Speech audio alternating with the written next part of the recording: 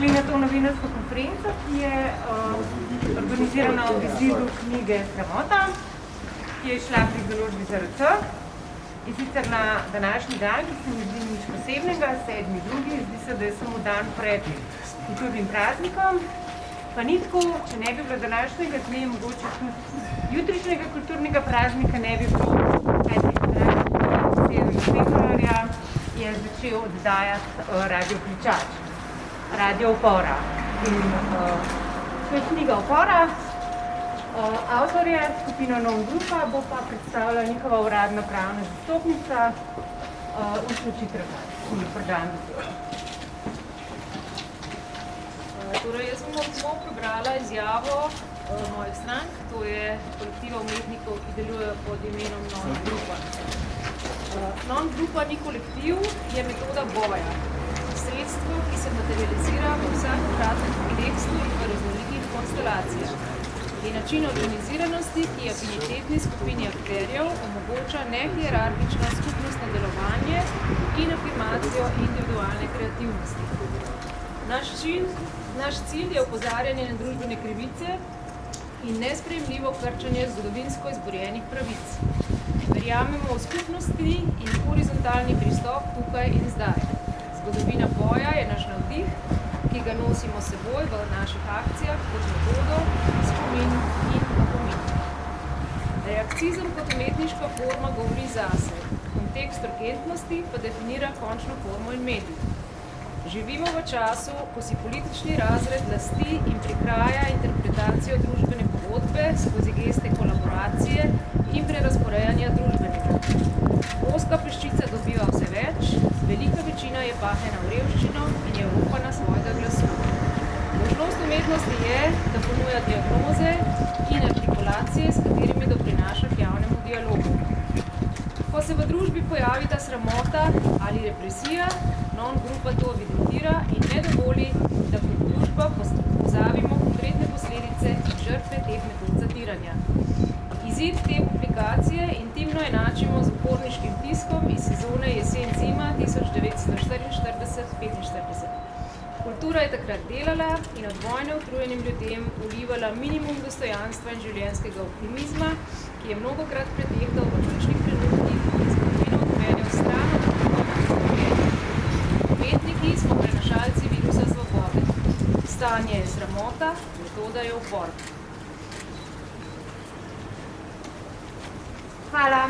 Zdaj k mikrofonu vabim dr. Petra Klepca, Filozofskega inštituta ZRC SAZU, ki bo povedal nekaj o knjigi, predvsem pa o konceptu sramotnosti umetništva. Lep pozdrav. Knjiga izgleda takole. Jaz bi v imenu založbe ZRC samo povedal, da založba objavlja znanstveni tisk, znanstvene izsledke, hkrati pa sledi tudi raziskovanje novih konceptov. In naše raziskovalno delo pravzaprav poteka tudi na različnih področjih, ki zadevajo samo to knjigo. V nadaljevanju bi vam rad povedal nekaj svojih misli o tem, kaj je zame ta projekt in kako sam razumem, kaj pravzaprav sramota je. Sramota je v bistvu nek občutek, afekt, nelagodja, zadrege, ko se znajdemo v situaciji, ko bi se najraje vdrli v zemljo, ko bi najraje izginili. In sramota je nek afekt, ki povzroči neposredno fizično reakcijo. Pordimo, rdečica, zardimo od sramu, nekateri so baje tudi umrli od sramu. Najraje bi se vdrli v zemljo, pomeni, najraje bi izginili, ničesar ne imeli s tem. Ravno zato je, če pogledate obliko knjige, knjiga sama narejena tako, da ne paše v noben predalček.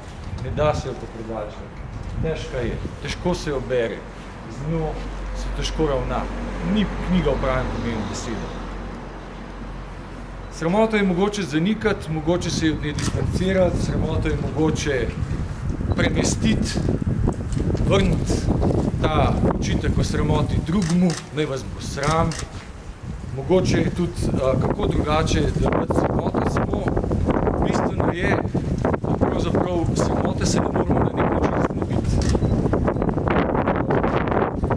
Židovsko-litvanski filozof Emanuel Levinas je v delu De l'Evasion sramoto opredelil kot nekaj, od česar se ne moramo ločiti, kar se nas neprenehno drži.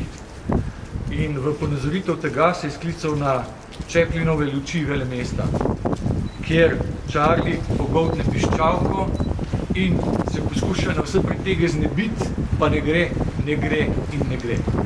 Piščalka tukaj ni naključna. Piščalka je največji inštrument, v katerega lahko samo piskamo, ne moramo pa hkrati govoriti. Hkrati, ko piskamo, še ne govorimo. Zato, da bi lahko drugače govorili, pa rabimo tudi kaj zapiskati. Piščalka je tudi inštrument, ki, kot veste, so ga naši arheologi odkrili 40 000 let nazaj v jami Divje babe. Skratka, piščalka je inštrument kulture.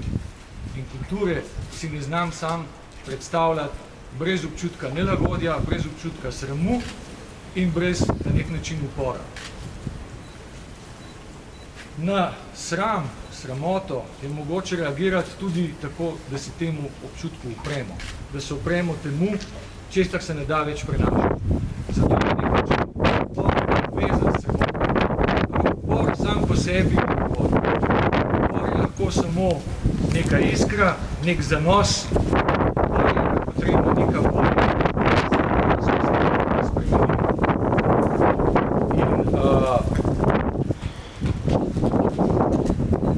Upor sam kot tak ne potrebuje neke utemeljitve. Ona toujours raison, da se ne potrebuje. Vselej smo se upravičili.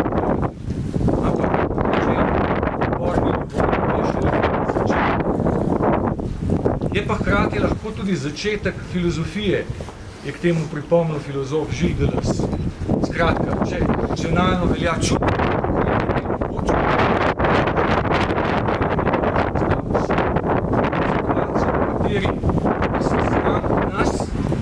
pravi, da se sram vse. Niso to neki drugi, ni nekdo nek drug, nekulturen, brezsramnost je naš problem, je problem nas kot družbe kot celote. Mislim, da je to tudi primerno, da se pravzaprav s to knjigo obeleži tudi jutrišnji dan, dan kulture, kultura, ki pa se je porodila na Slovenskem tudi iz nekega občutka, da nočemo biti Slovenci samo zasramovani kot pač nižje razvit narod. In velik del prvih kulturnih poskusov in dejanj je bil namenjen prav temu se izogniti temu biti zasmehovan, biti pravzaprav zasramovan, da si pač pripadnik slovenskega naroda. Hvala.